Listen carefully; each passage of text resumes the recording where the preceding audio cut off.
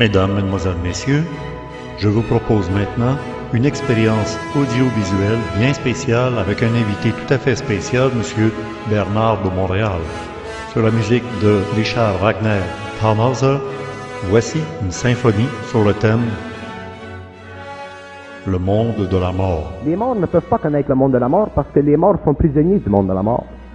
Un peu comme l'homme ne peut pas connaître complètement le monde de la matière parce qu'il est prisonnier de la matière. Pour que l'homme connaisse, comprenne le monde de la matière, il faut qu'il sorte de la matière, il faut qu'il sorte de l'emprise de ses... Lorsque les hommes se seront conscientisés, lorsque les hommes auront contact télépathique avec l'intelligence, ces intelligences, qui font partie des mondes de l'intelligence, des mondes de la lumière, qui sont totalement en dehors de ce que nous appelons encore sur la Terre les ténèbres, autrement dit les mondes de l'ignorance, autrement dit les mondes astraux. À ce moment-là, l'homme est capable de parfaitement comprendre le monde de la mort et il peut commencer à s'en servir. Et comment l'homme se sert-il du monde de la mort? Jusqu'ici, pendant l'évolution des races ou des races racines ou des sous-races de l'humanité, l'homme a été obligé d'être au service du monde de la mort. Et la partie en lui qui est la plus puissante et qui l'a asservi le plus au monde de la mort, c'est l'âme. L'âme ayant une fonction évolutive, l'âme ayant une fonction d'expérience, et l'âme forçant l'esprit de l'homme qui ne vient pas du monde de la mort, mais qui vient des mondes, des constructions architecturales, des mondes de la lumière, forçant cet esprit à être dominé par elle pour qu'il y ait sur le plan matériel une certaine quantité d'expérience qui sert à créer dans le monde de la mort des modèles. Ces modèles devenant avec l'évolution des situations de plus en plus perfectionnées pour que plus tard au cours de l'évolution, des esprits reviennent des mondes architecturaux, s'intègrent à ces modèles et puissent créer sur le plan matériel des hommes qui sont un peu plus perfectionnés.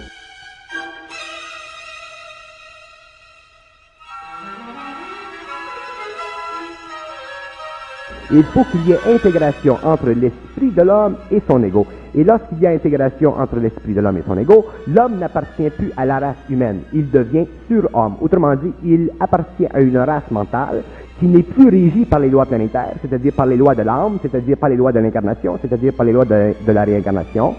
Et ça lui permet à ce moment-là, s'il avance de plus en plus dans ce domaine qui est purement énergétique et vibratoire, ça lui permet éventuellement d'avoir suffisamment de pouvoir dans son esprit pour transformer instantanément la nature de son ego mental, émotionnel, vital et éventuellement physique, et à un certain point dans son évolution, d'être capable de changer la vibration ou la fréquence atomique de ses corps et de dématérialiser son corps matériel et automatiquement de devenir cosmique au lieu d'être planétaire. À ce moment-là, il devient maître de lui-même, il n'a plus besoin de maître, il n'a plus besoin d'être enseigné, il est dans l'intelligence. Autrement dit, il est dans l'intelligence universelle, dans l'intelligence cosmique, il est dans cette énergie qui canalise vers lui de l'information selon ce qu'il a besoin de savoir pour la construction d'une civilisation ou d'un plan de civilisation sur une planète ou sur un autre, selon les conditions de son mandat sur une planète ou sur un autre.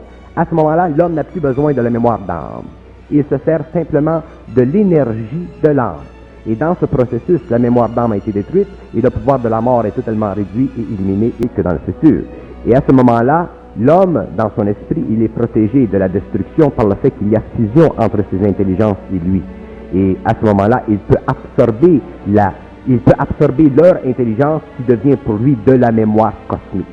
Et à ce moment-là, il travaille et ça devient pour lui de l'intelligence.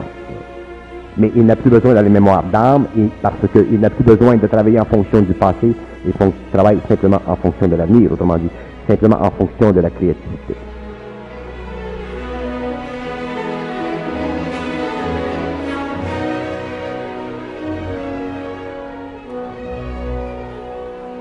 Sur la Terre est obligé de vivre un certain nombre de fois, de revenir un certain nombre de fois, à moins qu'il y ait un mandat particulier. Mais en général, les hommes qui viennent sur la Terre par incarnation doivent venir un certain nombre de fois pour développer une certaine expérience. Alors, il ne faut jamais s'imaginer qu'un homme qui meurt aujourd'hui, qu'il soit saint ou pécheur, lorsqu'il retourne de l'autre côté, il ne faut pas s'imaginer qu'il a la personnalité que nous avons aujourd'hui. Parce que son esprit n'est plus là. Aussitôt qu'un homme meurt, il perd son esprit. Son esprit s'en va dans les archives universelles, il est étudié pendant très longtemps, et on regarde si son esprit a évolué, s'il y a des failles dedans, et ainsi de suite, et ensuite on le ramène pour une autre incarnation. Tandis que tout ce qui reste dans les mondes astraux, dans le monde de la mort, ce n'est que la personnalité, autrement dit la partie astrale de l'homme. Et cette partie astrale, c'est cette partie avec laquelle nous communiquons, et c'est cette partie que nous voyons lorsque nous visitons le monde des morts. Et ces parties ont toujours la vibration qu'elles avaient sur le plan matériel. Alors, si sur le plan matériel, la personne était grande, elle est grande. Si elle était petite, elle est petite. Et automatiquement, ces parties, ces parties astrales, ces corps, ces personnalités qui n'ont aucune vie, mais qui ont de la mémoire, sont les êtres, en parenthèse, avec lesquels nous semblons communiquer lorsque nous communiquons avec eux.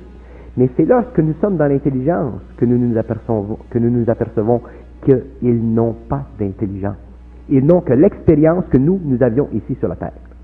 C'est pour ça que c'est très important dans l'évolution qui s'en vient, que l'homme qui est sur la Terre soit dans l'intelligence autant que s'il était en dehors de la matière. Et c'est pourquoi, et ça c'est important pour l'homme, et c'est merveilleux pour l'homme, c'est que pour que l'homme vive la fusion avec ses intelligences, avec la lumière, il faut qu'il soit dans la matière. Il ne peut pas vivre la fusion dans le monde de la mort.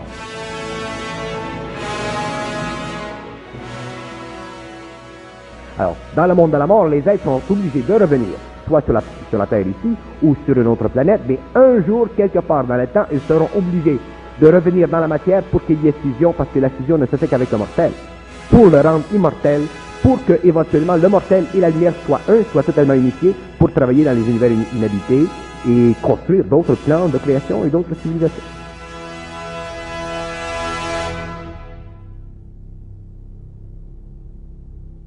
La version intégrale de cette conférence qui dure plus de 40 minutes est disponible sans musique dans la salle 710 du club créé, disponible à l'adresse que vous voyez au bas de l'écran. Cette version disponible à tout le monde se veut être une expérience initiatique. Rendez-vous sur le site d'Ésotérisme Expérimental. À bientôt.